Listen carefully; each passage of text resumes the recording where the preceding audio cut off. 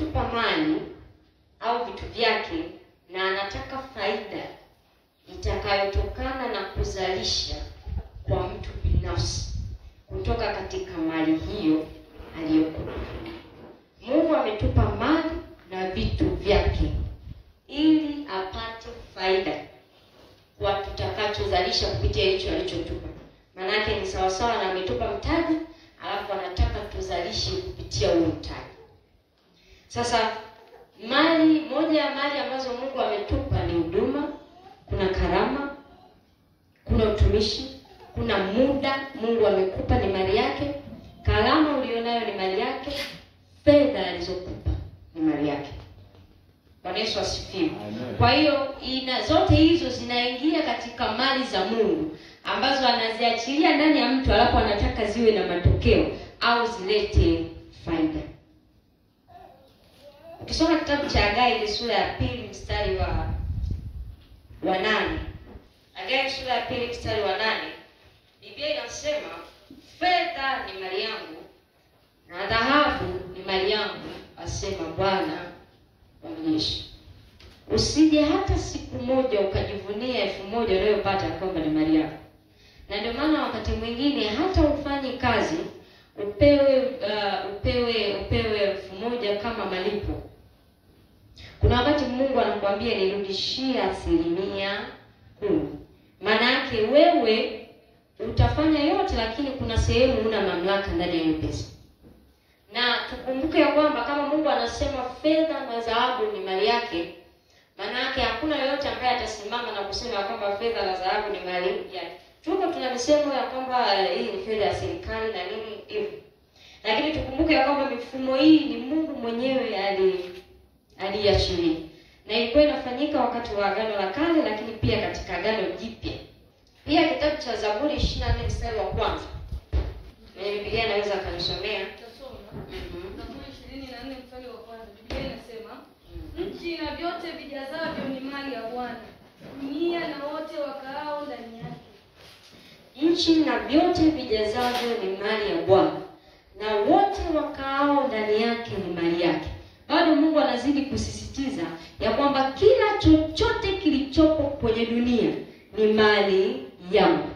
Na ikifikia hatua kama hautatambua kwamba fedha ni mali ya Mungu, ndipo pale ambapo tutaanza kuzitumia fedha tofauti na kusudi ambalo Mungu aliziachilia kwetu. Kama ametupa nafasi ya kupata fedha, maana yake kuna kusudi liko ndani ya hiyo fedha, ambao moja ya kusudi ni kumtumikia yeye kupitia hizo. Bwana Yesu asifiwe.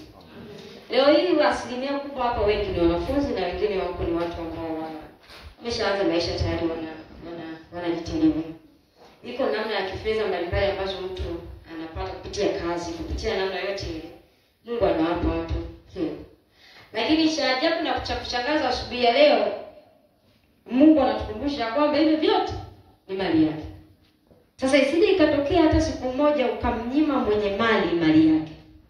Bwana Yesu asifiwe.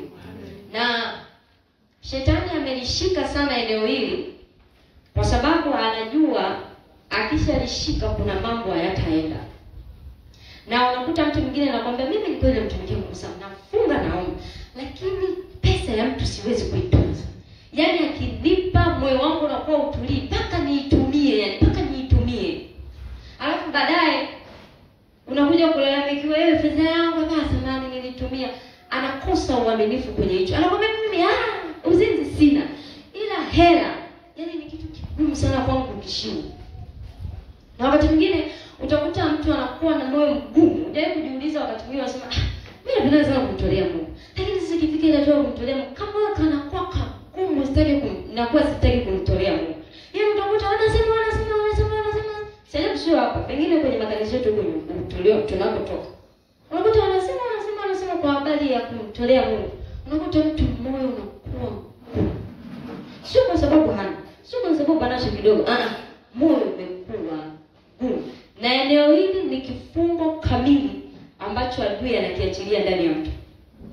Bwana Yesu asifiwe. Sasa kama mtu hata kitambua hiki na kusema kwamba Mungu naomba unifungue katika eneo hili, ufungue moyo wangu niwe na moyo mwepesi wa kutoa. Na kwa nini shetani anazuia sana? Ni mahali ambapo utafanikiwa sana. Bwana Yesu asifiwe.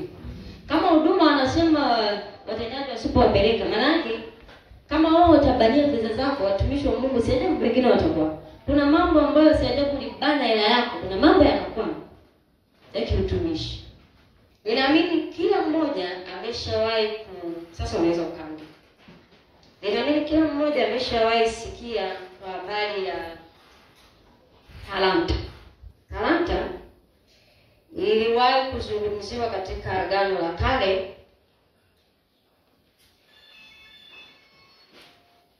kama kipimo cha uzito cha juu zaidi ya vyote kilichopima dhahabu. Ukisoma kitabu cha Kutoka, ilitafsiriwa kama kipimo cha uzito cha juu zaidi ya vyote kilichopima dhahabu. Ukifungua kitabu cha Kutoka sura ya 28 mstari wa 39. Kutoka sura ya 25 Kutoka sura ya 25 Nitasoma Kutoka 25:39. Biblia inasema kitafanywa cha talanta moja ya dhahabu safi pamoja na vyombo hivi vyote. Kitafanywa cha talanta moja ya dhahabu safi pamoja na vyombo hivi vyote. Mungu alikuwa anampa Musa maelekezo juu ya kutengeneza vitu ambavyo vilikuwa vinatakiwa vitolewe kama sadaka. Ukianzia sura ya 25 utaona vizuri. Akawa anampa maelekezo ya kutengeneza vitu ambavyo vitakaa kwenye hekalu na nini hivi. Baadaye akazungumzia kwa habari hii ya talanta, akasema kitafanywa cha talanta moja ya dhahabu safi. Nilikuwa naomba nisikize kwa umakini zaidi. Mahali hapa nilipofananisha na sawasawa na mfinyanzi. Tuseme uchukue mfinyanzi ambao umepima kwa kilo 1. Alafu au tuseme kilo 2. Ukasema ninaomba unifanyie chungu cha udongo wa mfinyanzi ambao kwa kiasi chake itakuwa ni sawasawa na mfinyanzi kilo hii. Kwa hivyo kitafanywa huku juu utaona alimwambia masuala ya vyombo na nini. Akasema kitafanywa cha talanta moja ya dhahabu. Bwana Yesu asifiwe. Ukisoma pia Kutoka 38:25 amejaribu pia kuzungumzia hicho kitu. Kutoka 38:25 Biblia inasema na fedha ya hao waliohesabiwa watu wa huo mkutano ilikuwa talanta 100. Hapa akaonyesha kama fedha. Yaani ilikuwa ni sawasawa na vipande vya dhahabu 100. Kwenye Agano la Kale hilo sasa tunaona namna ambavyo talanta pia ilizungumzwa. Samueli wa pili sura ya 12 mstari wa 30. Ngoja nisome. Inasema kisha akamnyang'anya mfalme wao taji toka kichwani pake. Ya uzani wake ulikuwa talanta ya dhahabu. Bwana Yesu asifiwe. Nayo ilikuwa na vitu vya thamani ndani yake. Akavikwa Daudi kichwani, akazitoa nyaraka za ule mji nyingi sana. Ile 30 mwanzoni anasema kisha akamnyang'anya mfalme wao taji toka kichwani pake. Maana kuna taji mfalme alikuwa amelivaa na uzani wake ulikuwa talanta ya dhahabu. Maana uzani wake ilikuwa ni sawasawa na kipimo cha uzito wa dhahabu au kipimo cha kiasi cha dhahabu. Bwana Yesu asifiwe. Sasa tunaona namna ambavyo kipindi hicho talanta pia ilitumika kwa mfumo huo. Sasa kwenye Agano Jipya talanta limejaribu kuonyeshwa kwa mfano wa fedha au imezungumziwa kama fedha. Na tunajua kwamba Yesu alikuwa ni mmoja wa mwalimu ambaye alikuwa anazungumza kwa mifano mingi. Sasa alikuwa ni mwalimu ambaye alikuwa anajaribu sana kuzungumzia ufalme wa Mungu, akifananisha na fedha na namna watu wanavyoishi kupitia hiyo fedha. Sasa kupitia hiyo mifano ambayo Yesu alikuwa anaiachilia, kuna jambo pia tunajifunza la kifedha, namna ambavyo Mungu analitazama. Bwana Yesu asifiwe. Ukisoma kitabu cha Mathayo 18:21. Mathayo sura ya 18 mstari wa 21 mpaka wa 35. Itakuwa naruka. Inasema kisha Petro akamwendea akamwambia, Bwana, ndugu yangu. Mathayo 18:21 mpaka 35. Inasema kisha Petro akamwendea akamwambia, Bwana, ndugu yangu anikose mara ngapi? Nami nimsamehe hata mara 7? Yesu akamwambia, sikwambii hata mara 7, bali hata 7 mara 70. Sio Petro alikwazwa na nani? Mstari wa 23 anasema, kwa sababu hii ufalme wa Mungu umefanana na mfalme mmoja aliyetaka kufanya hesabu na watumwa wake. Alipoanza kuifanya, aliletewa mtu mmoja awiwaye talanta 10. Naye alipokosa cha kulipa, bwana wake akaamuru auzwe yeye na mkewe na watoto wake na vitu vyote alivyonavyo, ikalipwe ile deni. Basi yule mtumwa akaanguka akamsujudia akisema, Bwana, nivumilie nami nitakulipa yote pia. Bwana wa mtumwa yule akamhurumia, akamfungua, akamsamehe ile deni. Mtumwa yule akatoka akamwona mmoja wa wajoli wake aliyemwia dinari 100. Akamkamata akamshika koo akisema, nilipe uwiwacho. Basi mjoli wake akaanguka miguuni pake akamsihi akisema, nivumilie nami nitakulipa yote pia. Lakini hakutaka, akaenda akamtupa kifungoni hata alipoilipa ile deni. Basi wajoli wake walipoyaona yaliyotendeka walisikitika sana, wakaenda wakamweleza bwana wao yote yaliyotendeka. Ndipo bwana wake akamwambia, ewe mtumwa mmovu, na nikusamehe wewe deni ile yote uliponisihi. Nawe je, haikukupasa kumrehemu mjoli wako kama mimi nilivyokurehemu wewe? Tunaona kulikuwa na mtumwa ambaye bwana wake alimkopea, lakini yeye alipoenda kwa mfalme, alipomdai bwana wake akamwambia, sina uwezo wa kuilipa hiyo 10,000, nivumilie nitakulipa. Baada ya hapo alipoondoka, baada ya kusamehewa, na yeye akawa kuna mtu amemkopesha ambaye alikuwa ni sawasawa, naweza nikasema na mjakazi wake, dinari, ambayo tunasema dinari ni malipo ya utumishi. Yaani kama umefanya kazi fulani, unapokea dinari kama malipo yako. Mfano, umefanya mama ntilie, umeosha vyombo na nini, ukapewa 10,000, ile inaitwa kama dinari, au tunasema ilikuwa ni sarafu ya kiroho. Bwana Yesu asifiwe. Ukitaka kuona tena neno dinari, unaweza kusoma Mathayo 20 mstari wa 1. Mungu akaifananisha talanta kama fedha. Ukisoma kitabu cha Mathayo pia 25:14, ambapo hapa nitakwenda tu sababu ya Mathayo 25:14 mpaka 30. Kitabu hiki nafikiri wengi tunakifahamu. Yesu alitolea mfano wa watu ambao walipewa talanta na bwana wao. Mmoja akapewa 10, mmoja akapewa 2, mwingine akapewa 1. Sasa mwisho wa siku, kila mmoja alionekana akileta faida yake, au kila mmoja alionekana akileta mazalisho yake ya kile Mungu alikiachilia. Bwana Yesu asifiwe. Na aliyezalisha, wale wawili waliozalisha, tuliona namna ambavyo Mungu aliwazungumzia kama watumishi wema na waaminifu na waliofanya vyema. Bwana Yesu asifiwe. Sasa pamoja na kwamba kuna jamaa alipewa 1, lakini akaona wewe Mungu, wewe una haukusani usipotawanya. Sijui ni namna gani alimchukulia Mungu, lakini alimchukulia bwana wake. Lakini mmoja mfano ambao Mungu anatujaribu kutufundisha kwa habari ya fedha. Chochote kile Mungu anachokupa kama fedha mikononi mwako, kwa sababu hawa walipewa fedha. Chochote kile Mungu anachokupa kama fedha mikononi mwako, kinachokuwa nyuma yake anakuwa anasubiri na kuangalia ni namna gani utaitumia hiyo fedha, na ni namna gani utamzalishia matokeo chanya kupitia hiyo fedha. Assume kwamba huyu alipewa talanta 5, pengine naye anasema ngoja tu nikae. Na hao watu baada ya kuleta mrejesho mzuri wakabarikiwa na wakapewa sifa hizo, na si ajabu ninaamini walipata mazalisho zaidi na zaidi.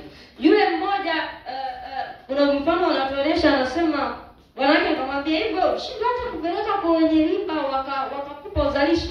Ni namna gani Mungu alikuwa anaonyesha mfano wa msisitizo ya kwamba hujapewa tu ukiweke chini, umepewa uzalisho. Sasa tunaweza tukasema kwa ujumla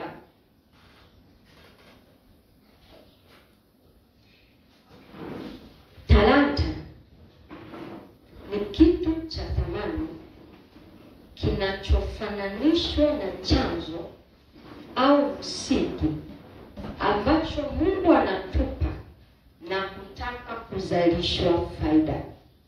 Ni kitu cha thamani kinachofananishwa na chanzo au msingi ambacho Mungu anatupa na kutaka kuzalishwa faida. Ni kitu chochote kile Mungu anakupa kama chanzo au msingi ambacho baada ya hapo Mungu anataka kizalishwe faida. Sasa kwa maana hii, fedha inaingia, huduma Mungu aliyokupa inaingia, talanta Mungu aliyokupa ya kuimba inaingia, huduma yoyote Mungu aliyokupa kwa maana hili inaingia. Manake chochote Mungu alichokiachilia kwako kama mali yake anataka faida. Na ndio maana wakati mwingine hata Mungu akiachilia huduma ndani yako, kama haifanyi kazi, ni sawa sawa na mtumwa ambaye haleti faida. Bwana Yesu asifiwe. Sasa kama kwenye utumishi hivyo hivyo, katika utumishi pia wa fedha, kama Mungu anakupa kibali cha kupata fedha, alafu fedha hizo hazitumiki sawa sawa na makusudi ya Mungu, maana yake ni sawa sawa na mtu ambaye Mungu amekupa kitu ambacho humletei faida. Na ipo siku tukumbuke, tutaulizwa, nilikupa kiasi fulani cha fedha, ulitumikia namna gani, vipi kwenye hiyo fedha ambayo niliachilia mkononi mwako? Kuna watu ambao hawana fedha lakini wanatamani sana kumtumikia Mungu kwenye fedha zao. Na kuna watu wana kiasi kidogo cha fedha lakini wanamtumikia Mungu kwenye hicho hicho. Sasa kuna mwingine ana kingi lakini anaona kama kumtumikia Mungu kwenye fedha au kuachilia fedha na kutambua kwamba ni mali ya Bwana. Hii issue sio simple. Yaani kukubali kwamba kila kitu ni mali ya Mungu sio simple. Kukubali mwili wako kwamba ni mali ya Mungu sio simple. Nimekumbuka jana baba akati anaongelea nira. Kufungwa nira kwenye utumishi kwenye fedha sio simple. Unaweza kuhubiri ukatoa na mapepo huko ukasema kuna mtumishi vendeda dada hizo za ina ila kwenye fedha. Lakini simaanishi mzee. Sasa hii nira ya kwenye fedha ni muhimu zaidi. Na ni mahali ambapo ukishafunguka tu kuna namna utaenda hivi. Ukitaka kuona maisha yako Mungu akikubariki, jaribu kuachilia fedha kama mali ya Mungu. Na ukiitambua kama fedha mali ya Mungu, hutasita kumsaidia mwingine, hutasita kuitoa madhabahuni kwa Mungu. Lakini usipotambua kama fedha ni mali ya Mungu, huwezi. Bwana Yesu asifiwe. Kwani unaweza kusikia mtu anakuambia kuna mama fulani ndio alitoa ushuhuda kanisani akisema sio alikuja ibadani. Alikuwa ni 2000 tu. Akasema baada ya ibada kuendelea na nini katika wakati wa sadaka. Akawa anasukuma sana ndani kwamba toa hiyo 2000. Akasema mimi mwenyewe sina hela ya kula hapa, naenda kufanyaje sasa? Lakini ukawa msukumo ndani, toa hiyo 2000. Akatoa. Baada ya hapo anarudi nyumbani machozi. Sasa mimi nitafanyaje? Nimetoa hela yote kanisani. Anaanza kujilaumu tena. Wakati huo baada ya kutoa, akawa anashangilia anasema Mungu atanipa. Baada ya kufika nyumbani kuona mambo makubwa, hamna chakula. Akasema Mungu wangu. Mungu alivyo ajabu, anashangaa tu kwenye simu ametumiwa hela. Bwana Yesu asifiwe. Sasa si ajabu kama angeibana ile 2000. Hata hiyo hela ambayo angeipata, hawa Mungu asingempa. Sasa si ajabu mimi na wewe tulibana ile 1000, tukazuia 100,000 ambayo Mungu alikusudia kutupa.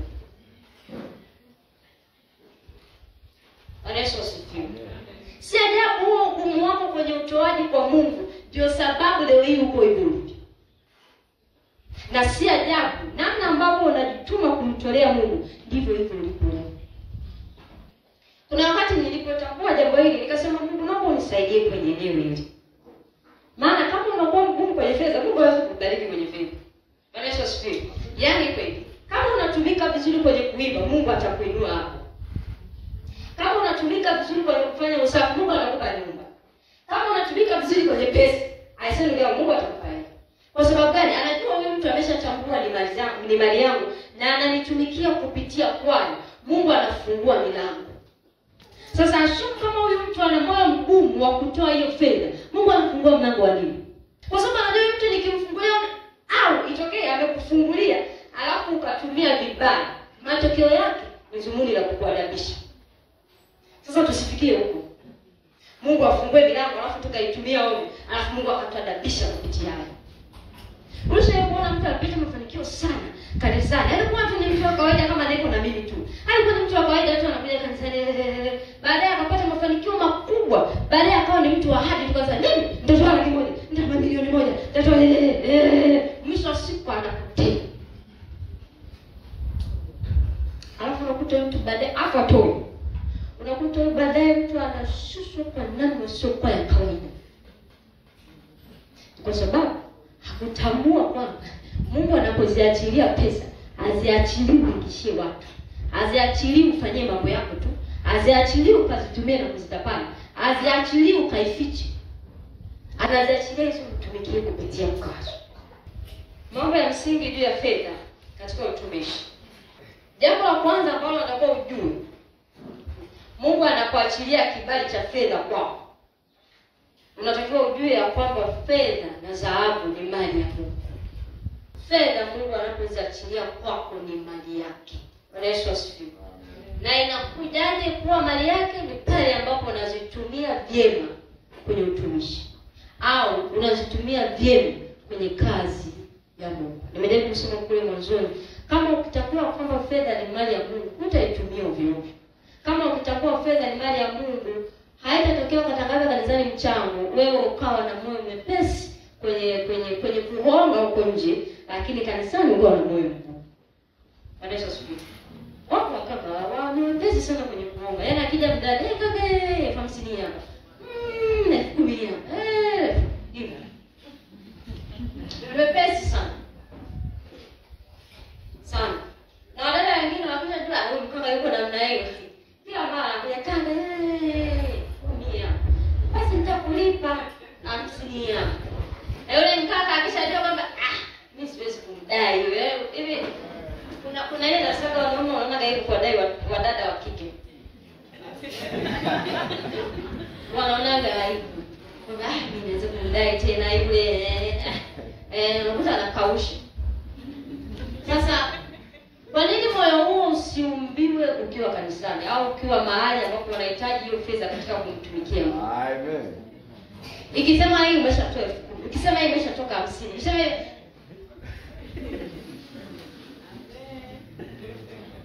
Bwana Yesu asifiwe. Amen. Kwa moyo mwepesi kwenye kuhonga. Kwa nini tusiombe kwa akatupa Mungu tukao mwepesi kwenye kumtolea yeye? Amen. Wakati mwingine nguvu hazitoshi, inahitajika hela. Tunao lazima ngoja tukajenge kanisani. Mungu amesema tumtumikie kwa nguvu na kwa muda. Nimetoa nguvu, nimetoa muda. Alafu matofali tunaenda. Lazima pesa itumike. Kwa hiyo kumbe ni eneo nyeti ambalo pia ni muhimu kutambua katika maisha ya kiutumishi ambao Mungu anatupa. Fedha na dhahabu ni mali ya Bwana. Unaweza kusoma ile Hagai 2:8, lakini pia tusome Warumi 11 mstari wa 36. Inasema kwa kuwa vitu vyote vyatoka kwake, viko kwa uweza wake, na rejea kwake utukufu na yeye milele. Amina. Vitu vyote vinatoka kwake. Yaani kama vyote vinatoka kwake, maana yake hata fedha unaoipata kesho iwe imetoka kwa nani? Haijalishi umepewa na mjomba wako, ni Mungu aliyeachilia. Anasema viko kwa uweza wake. Maana yake hizo nguvu ambazo Mungu amekupa leo hii ufanye kazi ni kwa uwezo wa nani? Wa Mungu. Jambo la pili, Kila kitu Mungu hufanya kwa kusudi. Kila kitu Mungu hufanya kwa kusudi. Hata fedha ambazo Mungu anakupa, huwa anakupa kwa kusudi. Na ukitaka kujua fedha Mungu anakupa kwa kusudi, unaweza kujiuliza kwa nini Mungu ananipa hela? Bwana Yesu asifiwe. Unakuta mwingine anasema mimi mwambie sina hela rafiki yangu. Ila wewe kumbe huko moyoni unaneemeka Mungu amekupa hela. Kwa nini Mungu akupe? Ni kwa sababu Mungu anataka faida. Bwana Yesu asifiwe. Amen. Mungu anataka faida. Unaweza kusoma Mithali 16 mstari wa 4 na Mathayo 25:19 mpaka 27. Mithali 16 mstari wa 4 na Mathayo 25:19 mpaka 27. Mathayo 25:19 mpaka 27, Mithali 16 mstari wa 4. Mungu awabariki. Naweza kutuma mshahara kwa. Ninakushukuru Bwana Yesu kwa mambo umefundisha. Asante kwa kipindi hiki. Ni maombi yetu ya Bwana. Endelea kutufundisha zaidi na zaidi. Asante kwa watumishi wako Bwana kama kusikiliza wewe. Ninakushukuru pia kwa namna umenifundisha. Asante kwa namna umemfundisha na yule. Roho Mtakatifu endelea kutufundisha zaidi na zaidi kwa haya tunayojifunza. Sifa, heshima na